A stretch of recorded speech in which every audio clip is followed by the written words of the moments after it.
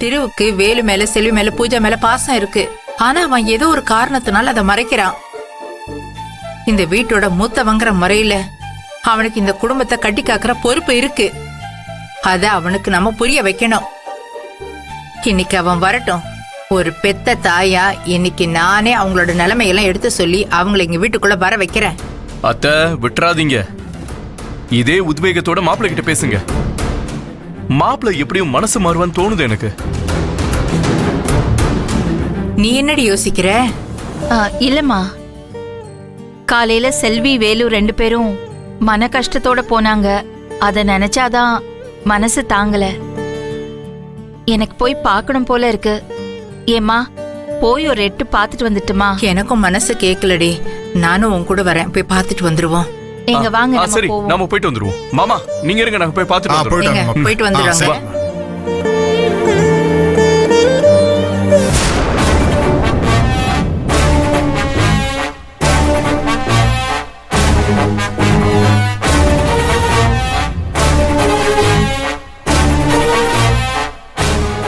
பாத்தியாடி கீர்த்தி இதுங்க பண்ற வேலைய? நம்ம முகத்தரையே கிழிக்க போறாங்களாம். செல்வி கர்ப்பமா இருக்கிறத வச்சு பிரிஞ்சிருக்கிற குடும்பத்தை ஒண்ணு சேர்க்கலான்னு பாக்குறாங்களா இவங்க? அது இந்த ஜென்மத்துல நடக்காது. என்ன மீறி இவங்க இதை எப்படி நடத்தி காட்டுறாங்கன்னு நானும் பாக்குறேன்.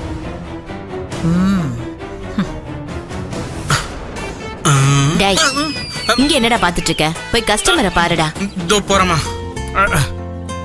அக்கா வேற எதுவும் வேணுமா? வேற எதுவும் அக்கா, உங்களுக்கு? எனக்கும் போதும். எவ்வளவு ஆச்சு? 4 இட்லி சாப்பிட்டீங்களா? ஆமா. 60 ரூபாய் ஆச்சு. சரிப்பா. சரிக்கா, இங்க கொடுத்துருங்க. கொடுத்துறேன். நீங்க என்ன சொன்னீங்க? ஒரு ஊத்தாப்பம். ஒரு ஊத்தாப்பம் கொடுப்பா. ஊத்தாப்பமா? சரி. போதும். அம்மா, அந்த கடைசி டேபிளுக்கு நல்லா பக்காவா ஒரு ஊத்தாப்பம் போடுங்க. இந்த அது கொடுங்க.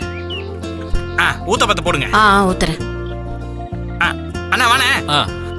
என்ன வேணும்? 4 இட்லி ஒரு ஊத்தாப்பம் பார்சல். 4 இட்லி ஒரு ஊத்தாப்பமா? அம்மா, அண்ணனுக்கு 4 இட்லி நல்ல மல்லிப்பூ மாதிரி இருக்கும்ல, அந்த இட்லியை கட்டி கொடுங்க. அண்ணன் சீக்கிரமா கட்டி கொடுங்க.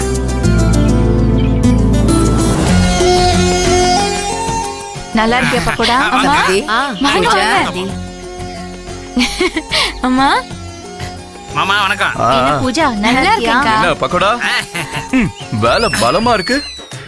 நீ இருக்கிற பிஸிய பார்த்தா இங்க எல்லாமே நீதானே தோணுது. ஆமா மாமா, நான் இல்லனா இந்த ஹோட்டல்ல ஒரு அணுவும் அசையாது. இந்த ஹோட்டல் எல்லாமே நானே தானேங்க. நான் அசைந்தால் அசையும் இந்த ஹோட்டல் எல்லாமே. தம்பி, சாம்பார் கட்டி எவ்வளவு நேரம் ஆச்சு? சாம்பார் எடுத்துட்டு வாப்பா. இதான் நீ வேலை பாக்குற லட்சணமா? ஆளை பாரு. கொஞ்ச நேரம் என்ன பத்தி பெருமையா பேச விட மாட்டானுங்களே. சாம்பார் தானே, இத வர இருங்க. போ சாம்பார குடு. என்ன சம்பந்தி, நீங்க தோசை ஊத்திட்டு இருக்கீங்க? வேலு செல்வி எங்க? ஆமா, அவங்க எப்படி உங்களை வேலை பார்க்க விட்டாங்க? செல்வியும் மாப்பிளையும் டாக்டரை பார்க்க போயிருக்காங்க. கடை யாராவது பாத்துக்கணும்ல. சரி.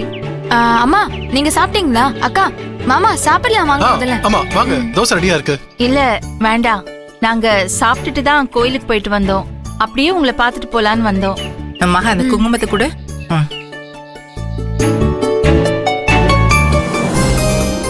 இந்தாங்க, நீங்களும் எடுத்துக்கோங்க.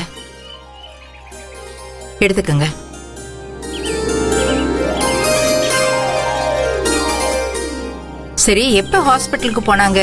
வரத்துக்கு நேரமாகுமா? அம்மா, அவங்க அப்பவே போனாங்கம்மா. இந்நேரம் வந்துட்டு இருப்பாங்க. ஆமா சம்பந்தி, காலையில ஆஸ்பத்திரிக்கு போகணும்னு கிளம்பணுங்க தான். அப்படியே திருமாப்பிளை பார்த்து ஆசீர்வாதம் வாங்கிட்டு போலான்னு போனாங்க. ஆனா அந்த கீர்த்தி தான் எல்லாத்தையும் கெடுத்து குட்டிச்சவர ஆக்கிட்டா. அதான் சம்பந்தி, மனசு கேட்காம செல்வியை பார்த்து பேசிட்டு போலான்னு வந்தோம். திரு மனசுல நஞ்சு கலந்து வச்சிருக்க அந்த கீர்த்தி. அவளால நாங்க படுற கஷ்டத்துக்கு அளவே இல்ல. ஆசீர்வாதம் வாங்க போன பொண்ணை இப்படியா பண்ணுவாங்க? பெரியவங்க நீங்களே இன்னும் இப்படி பேசிட்டு இருந்தா அந்த கீர்த்தியை யாருதான் கேட்பாங்கன்னு தெரியல. கீர்த்திக்கு பயந்து நாங்க அமைதியா இல்ல. திரு மனசு மாறணும். அவன் கூட நாங்க இருந்தா தான் அவனோட மனசை மாத்தி பிரிஞ்ச குடும்பத்தை ஒண்ணு சேர்க்க முடியும்னு நினைக்கிறேன். அதுக்காக தான் நாங்க அங்க இருக்கோம். இல்லனா கீர்த்தி என்னைக்கோ எல்லாரையும் தனித்தனி ஆக்கி தெரு தெருவா அலைய வச்சிருப்பா. ஆமா சம்பந்தி, அதுக்காக நாங்க வேடிக்கை பார்த்துட்டு இருக்க போறோம்லாம் இல்ல.